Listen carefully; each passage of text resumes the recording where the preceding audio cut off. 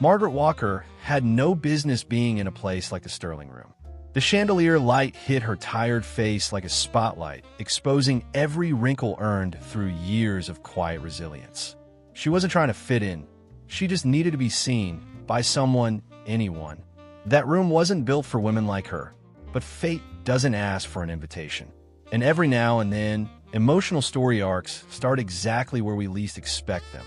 She had landed in New York just hours earlier, shoes still aching from walking airport terminals. But something about that evening felt unavoidable, like the universe had penciled her into someone else's calendar. Maybe that's how real story moments begin. Hello, I'm going to tell you this incredible story.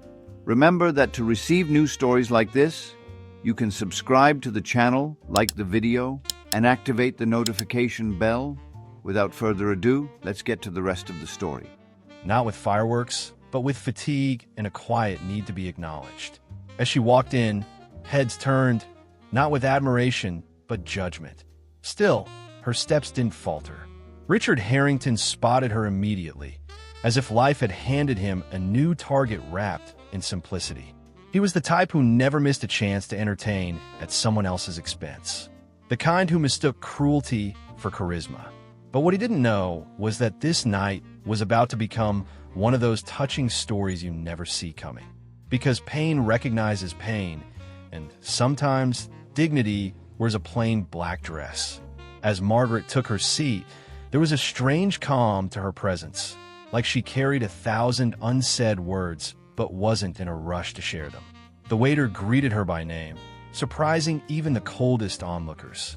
This wasn't just a woman passing through. There was something quietly powerful about her, like the type of real story that sneaks into your chest and lingers. The kind that reminds you, not every book has a loud beginning. Richard leaned in to whisper to his companions, loud enough for Margaret to hear, of course. His words? Insults disguised as wit, laughing at her dress, her shoes, her age. But here's the thing about emotional story paths. They often start in rooms filled with noise, only to be carried forward by those who dare to remain silent. Margaret didn't flinch, and that silence? It disarmed more than his cruel jokes ever could. A woman of her posture didn't need to respond. Her mere presence was enough to rattle the illusions of superiority. In a world where status screams and ego parades itself in designer suits, Margaret's calm was louder. She wasn't there by mistake. No, she was there for a reason, though Richard hadn't yet figured out. And in that moment, something shifted in the room's energy, almost as if it, too, was holding its breath. Because sometimes the universe orchestrates encounters not to entertain us, but to change us. The night was never about fine dining or status games. It was about something deeper unraveling right beneath the surface. The kind of real story that haunts you long after dessert is served. But Richard didn't know that yet. Not until the game truly began. Richard thrived on attention, like a moth circling the glow of his own ego. Every room he entered became his stage, and tonight was no different. His voice, confident and mocking, sliced through the Sterling Room like a polished dagger. He wasn't just insulting Margaret. He was performing, feeding off the quiet nods and forced chuckles of those too spineless to challenge him. But emotional story arcs have a funny way of turning on those who think they control them. His words were dressed in charm, but built to destroy. Did someone lose their grandma? He quipped, loud enough for the nearby tables to smirk. Yet Margaret didn't blink, and that disturbed him more than he let on. Because power, when not feared, becomes a hollow echo. And sometimes, the silence of a woman like Margaret says more than any retort ever could. You see, real arrogance doesn't scream. It whispers, expecting the world to agree. But Margaret, with her stillness, created discomfort in a man who was used to being adored. Her lack of reaction stole the oxygen from his fire. For the first time in years, Richard felt small in a room he thought he owned. And it wasn't just because of her. It was because of what he saw reflected in her calm. This moment wasn't just another dinner party anecdote in the making. It was the beginning of a real story he wouldn't be able to erase with champagne or charm. A shift was happening, subtle and unnerving. And even the guests who had laughed moments earlier now shifted in their seats. There's something contagious about dignity. It forces people to look inward, even when they'd rather keep laughing. Margaret's eyes, steady and clear, met Richard's with the kind of quiet power that only survivors possess. She wasn't humiliated. She was studying him. And in that gaze, he didn't see pity. He saw exposure. Like a child who's just been caught pretending to be a man. That's the moment emotional story beats begin to drum beneath the surface. The thing about touching stories is that they don't always feel soft in the beginning. Sometimes they bruise before they heal. And for Richard, every second standing in front of Margaret felt like being seen for the first time, and not in the way he wanted. There was no applause, no approval, just an eerie stillness that echoed louder than any of his jokes. And though he didn't know it yet, that stillness would follow him long after that night. Because the real story wasn't just unfolding around him. It was happening to him. Every word he spoke was carving a lesson he'd later be forced to revisit. And the next move Margaret made? Well, that would change everything. It happened so quietly, you'd almost miss it. Margaret, still composed, glanced toward the bar and softly said, "Tell Antonio I'm here." Just 6 words, but they carried the weight of history. The waiter froze, then nodded with sudden respect, vanishing into the kitchen. And that's when the emotional story flipped the script. When a woman mocked minutes earlier became someone untouchable. Moments later, Antonio appeared, not the kind of owner who greets every guest, but the kind who shows up when it matters. His presence was fierce, protective, eyes locked on Richard like a man who had just watched a lion swipe at his sister. "Is there a problem with my guest?" he asked, voice calm but crackling. And just like that, Richard's confidence began to dissolve. The room, once his ally, had changed sides. This wasn't about status anymore. It was about something deeper. Respect, loyalty, the kind of values that don't come from money, but from shared experience. Richard stood there, suddenly aware of how little he actually mattered in this room. This wasn't just a touching story unfolding. It was a moment of reckoning, the kind only real story turns can deliver. As Antonio placed a hand on Margaret's shoulder, there was reverence in the gesture. A message unspoken. She's not alone. She never was. And in that instant, Richard began to see her differently.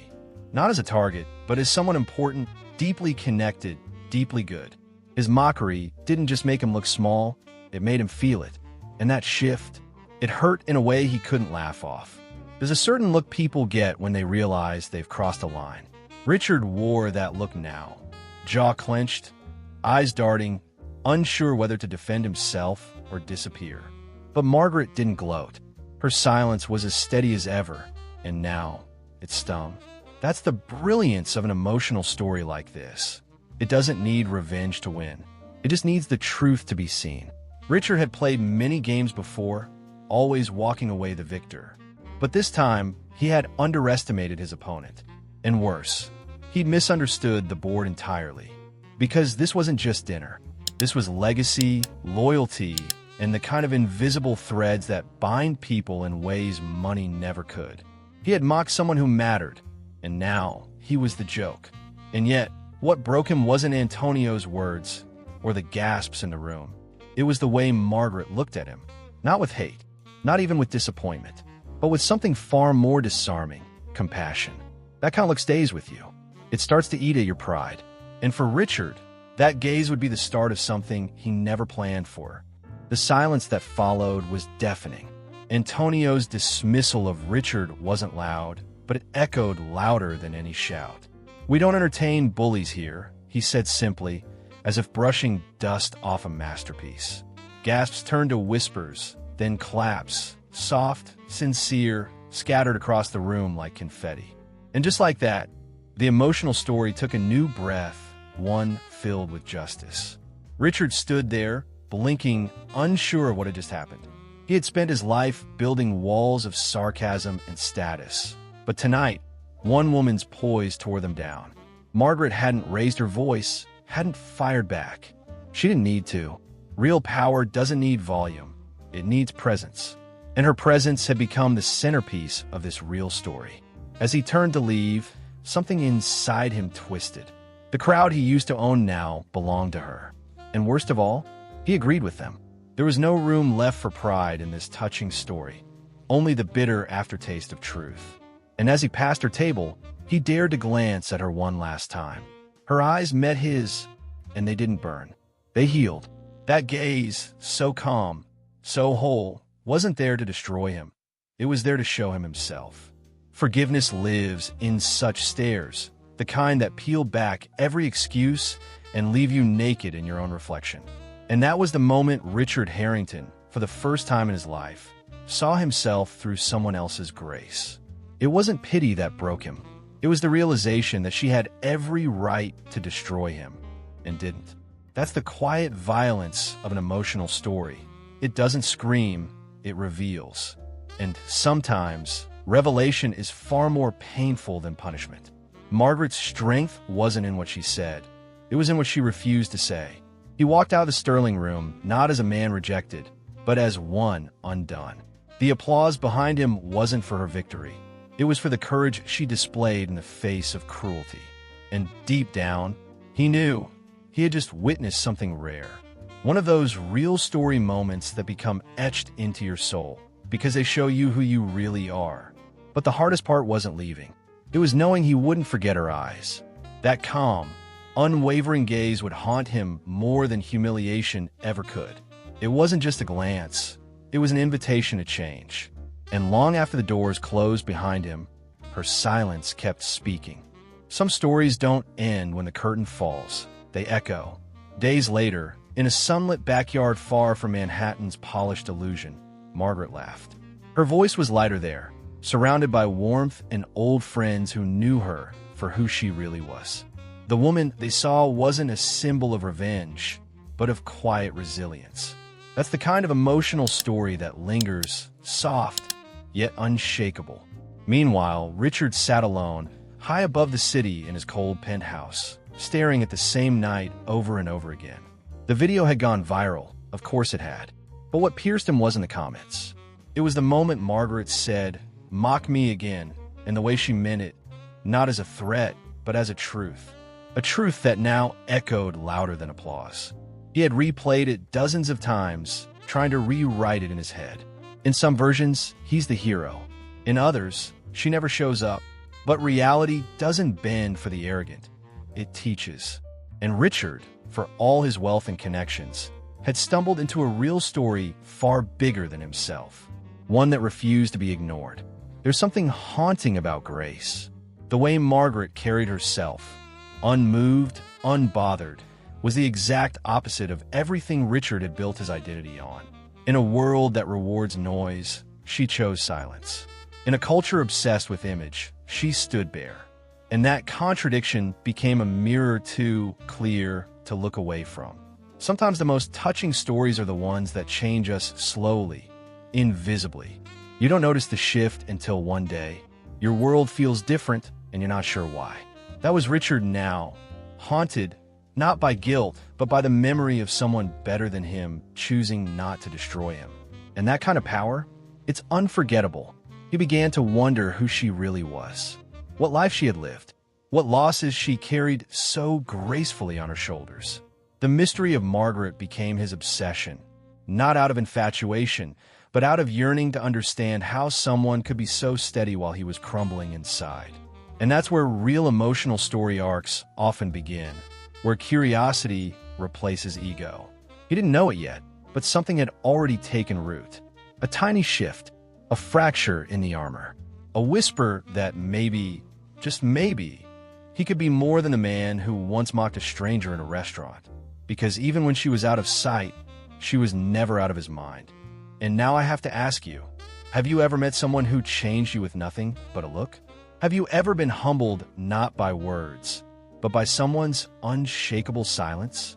Because sometimes the most powerful emotional story isn't the one where someone fights back. It's the one where they don't have to. Do you think Richard truly learned his lesson?